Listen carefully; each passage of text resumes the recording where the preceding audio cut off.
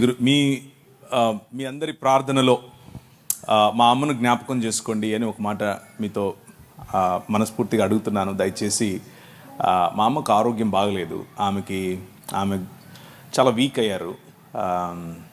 నేను చిన్నప్పటి నుంచి మా నాన్నను చూడలేదు. నాకు తండ్రి లేడు. మా అమ్మే నన్ను పెంచింది. ఆమె నాకు తల్లి, ఆమె తండ్రి. సో నేను 11వ తారీఖు రావాలి అమెరికా నుండి. కానీ మా అమ్మకు బాగలేదని తెలిసి నేను 5వ తారీఖే వచ్చేసాను. 4వ తారీఖు బయలుదేరి 4వ తారీఖే వచ్చేసాను. సో మా ఇంటికి ఉన్న పెద్ద దిక్కు ఆమె మాత్రమే. ఆమె బాగా ఇప్పుడు వీక్గా ఉంది. సో ఆమె కోసం మీరు ప్రార్థన చేస్తే మీ ప్రార్థనలను బట్టి ప్రభు నా పట్ల కొంచెం ఫేవర్ చూపిస్తాడు అని అనుకుంటున్నాను. ఇంకో విషయం ఏంటంటే, ఇప్పుడు చెప్తుంటే గుర్తొస్తుంది నాకు, జేమ్స్ గారు అప్పుడెప్పుడు ఫోన్ చేశారు అని. నాకు అది గుర్తు కూడా లేదు. అయితే నేను ఎవరైనా పిలిస్తే రానంత పెద్దోడేం కాదు, అస్సలు కాదు. మీరు నా నంబరు మీకు ఎలా వచ్చింది అని తెలుసుకోవడం కోసమే ఆ ప్రశ్నలు వేస్తాను. ఎందుకంటే ఇంతకుముందు జేమ్స్ గారు చెప్పినట్లు కొంతమంది మన మిత్రులు ఫోన్ చేసి బాగా వాయించేస్తూ ఉంటారు నన్ను. ఇంకా అందుకని ముందే అడుగుతాను, అసలు ఏంటి, ఎవరు మీరు, మీకు ఎలా అని. కొంతమంది క్రైస్తవ పేర్లు పెట్టుకుని ఒకసారి పరిచయం అయిన తర్వాత మళ్ళీ వాయిస్తారు. అందుకని అడిగాను, అంతేకాని అడుగుంటాను, అంతకుమించి ఏమీ లేదు. అయితే నాకు జేమ్స్ గారికి నేను అభినందనలు తెలియజేయాలనుకుంటున్నాను ఈ ప్రశ్న జవాబులకు వెళ్ళడానికి ముందు. ఏంటంటే, ఆయన పడిన శ్రమ, ఆయన మీదకి వచ్చిన అలిగేషన్స్, ఆ అలిగేషన్స్ వచ్చిన సమయంలో ఎవరైనా సరే సాధారణంగా కృంగిపోతారు, పరిచర్య నుంచి తప్పుకుంటారు. కృంగిపోయి పరిచర్య నుంచి తప్పించుకుని దేవుడితో కంప్లైంట్ చేస్తారు, ఎందుకు నాకు ఇది చేశావు అని. కానీ ఈ మార్గం గుండా వెళ్ళినప్పుడు చట్టపరంగా ఆ మార్గం, చట్టము అనేటటువంటి మార్గంలో చాలా కష్టం ఉంటుంది, చాలా ఓపిక కావాలి. అందులో అగ్నిలో పుటము వేసి తీయబడినట్లుగా క్లీన్ చిట్టుతో బయటకు వచ్చాడు. దానికోసం నేను ప్రభువును అభినందిస్తూ, ప్రభువును నిజంగా కృతజ్ఞత చెప్పాను. నేను ఒకరోజు తల ఉంచి ప్రార్థన చేశాను. ఆయన ఫోన్ చేసి చెప్పాడు, అన్న నా కేసు మొత్తం అయిపోయింది, నాలో ఏ తప్పు లేదు అని కేసులో రాసి మరి నాకు ఇచ్చారు జడ్జి వారు అని చెప్పినప్పుడు నేను ఆ నిమిషమే ఆయనకు ఫోన్ పెట్టేసిన తర్వాత నేను ప్రార్థన చేశాను. Thank you very much lord. ప్రభువా, నువ్వు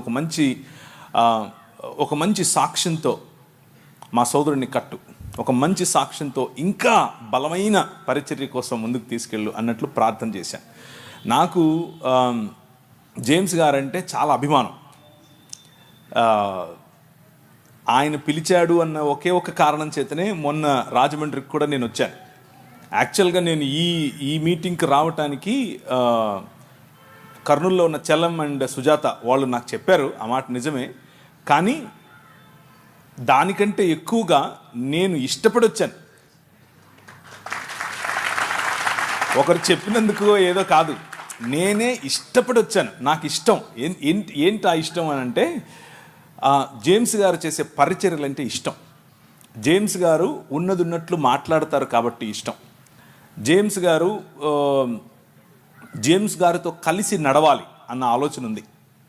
కలిసి నడిచే క్రమంలో కొన్ని విషయాలు నేను నేర్చుకోవాలి, కొన్ని విషయాలు ఆయన నేర్చుకుంటాడు. అలాంటి అవకాశం నాకు ఇమ్మని ప్రభువుని అడుగుతున్నాను. కాబట్టి ఇష్టపూర్వకంగా వచ్చాను. మా అమ్మ బాగా ఉంటే రేపు కూడా ఉంటాను. ఇప్పుడే కాదు, ఎప్పుడు పిలిచినా వస్తాను. జేమ్స్ గారితో ఉన్నవారు, జేమ్స్ గారితో కలిసి పరిచర్య చేస్తున్న వాళ్ళు ఎవరైనా సరే నా నంబర్ జేమ్స్ గారు ఇస్తారు, తీసుకొని జస్ట్ కాల్ చేయండి. నేను రాకపోతే అడగండి, నేను ఎప్పుడైనా వస్తాను. నేను అన్యాక్సెసిబుల్ ఏమీ కాదు. నేను సాధారణమైన మనిషిని, సాధారణంగా నేను తిరుగుతూ ఉంటాను. నేను ఒక్కనే వస్తాను ఎప్పుడు వచ్చినా. నాకు ముందు ఒక 10 మంది, వెనకలో 10 మంది ఉండరు. నేను ఒక్కనే వస్తాను, నేను ఒక్కనే డ్రైవ్ చేసుకొని వస్తాను. నాకు రాజమండ్రిలో ఇల్లుంది. అక్కడ ఉంటాను, చుట్టుపక్కల అన్నీ తిరుగుతూ ఉంటాను. So I'm very free, more like you.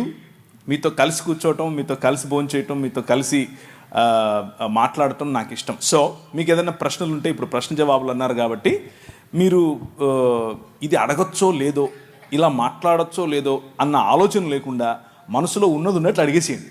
చాలా లోతుగా కొన్ని విషయాలను తీసుకుని మాట్లాడే ప్రయత్నం చేస్తాను. అక్కడ మీకు విశాలమైనటువంటి ఒక దృక్పథం, విశాలమైనటువంటి దేవుని రాజ్యానికి సంబంధించినటువంటి ఒక వైఖరి మీకు వచ్చే విధంగా ఆ సెషన్ ఉండబోతోంది. కాబట్టి చాలా క్రిస్ప్గా, అంటే తక్కువ సమయంలోనే ఈ ప్రశ్నకు సమాధానం చెప్తాను. భారతదేశం మాత్రమే కాదు, ఎక్కడెక్కడ మతం ఉంటుందో అక్కడక్కడ విభజన ఉంటుంది. అది క్రైస్తవ మతమైనా సరే. మళ్ళీ చెప్పనా, ఎక్కడెక్కడ మతం విస్తరిస్తుందో అక్కడక్కడ విభజన ఉంటుంది. ఎందుకు అనంటే మతం మానవ కల్పితం, మతం మానవ నిర్మితమైన, మానవ కల్పితమైన ఒక వ్యవస్థ. మతాలు ప్రజల మధ్యలో చిచ్చు పెడతాయి. మతాలు ప్రజలను ఒకరికంటే తక్కువగా చూసే ప్రయత్నం చేస్తాయి. మతం అనేది ఒక విగ్రహం, మతం అనేది ఒక విగ్రహం. అది క్రైస్తవ మతమైనా సరే, డినామినేషనల్ రూపంలో, శాఖ రూపంలో ఉండే విగ్రహం. ఆ విగ్రహం ఎదుటి మనిషిని మనిషిగా గుర్తించటానికి, నా శాఖలో లేకపోతే, నా బాటలో లేకపోతే ఆ మనిషి మనిషే కాదు, ఆ మనిషిని నేను ప్రేమించక్కర్లేదు, ఆ మనిషిని నేను దూరం ఉంచాలి అన్నటువంటి వ్యవస్థ మత వ్యవస్థ. ఆ మత వ్యవస్థ భారతదేశంలో మాత్రమే కాదు, ప్రపంచ యావత్తూ ఉంది.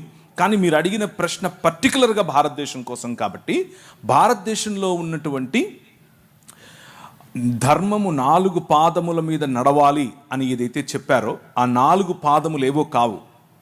1 బ్రాహ్మణుడు, 2 క్షత్రియుడు, 3 శూద్రుడు, వైశ్యుడు, శూద్రుడు. ఈ 4 పాదాల మీద నిలబడి ఉండటమే ధర్మం. అదే సనాతనం. సనాతనానికి కుల వ్యవస్థకు వేరు వేరు అర్థాలు లేవు, 2 ఒకటే. ఆ స్ట్రక్చర్ అఖిలాండ కోటి బ్రహ్మాండ నాయకుడు అని పిలువబడినటువంటి దేవుని శరీరముగా ఈ నలుగురిని చెబితే, ఈ 4లోనూ ఈ 4 కులాలలోనూ లేకపోతే వర్గాలలోనూ లేని ప్రజలు దేవునికి బయట చెప్పుల వంటి వారు, లేకపోతే అంటరాని వారు, లేకపోతే మ్లేచ్చులు, దాసులు, దస్యులు, రాక్షసులు, అసురులు అని పిలువబడినటువంటి వారు. సో ఈ ధర్మమును పాటించని వారందరూ కూడా మ్లేచ్చులు, దాసులు, దస్యులు వగేరా వగేరా వగేరాగా చెప్పబడి బలవంతంగా మనిషిని ఆ ధర్మంలోనికి, ఆ మతంలోనికి దేవుళ్లను సైతం, పండుగలను సైతం మత మార్పిడి చేయగలిగినటువంటి ఏకైక వ్యవస్థ మన భారతదేశంలోనే ఉంది. దాని గురించి తర్వాత మాట్లాడుకుందాం.